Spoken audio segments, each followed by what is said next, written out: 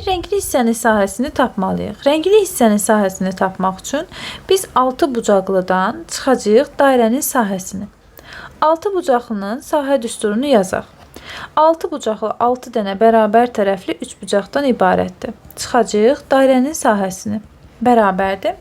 6 bucaqlının sizə radiusunu 9 veribdir. R bərabərdir 9. 6 bucaqlının sahə düsturu R bərabərdir. A kök altında 3 bölünsün 2-dir. R'in yerinə 9 yazıram. 9 bərabərdir. A kök altında 3 bölünsün 2-yə. Buradan A kök altında 3 bərabərdir 18-ə. A-nı tapıramsa A bərabərdir 18 bölünsün kök 3-ə. A-nı tapdıqdan sonra gətirib burada qiymətini qoyacam yerinə.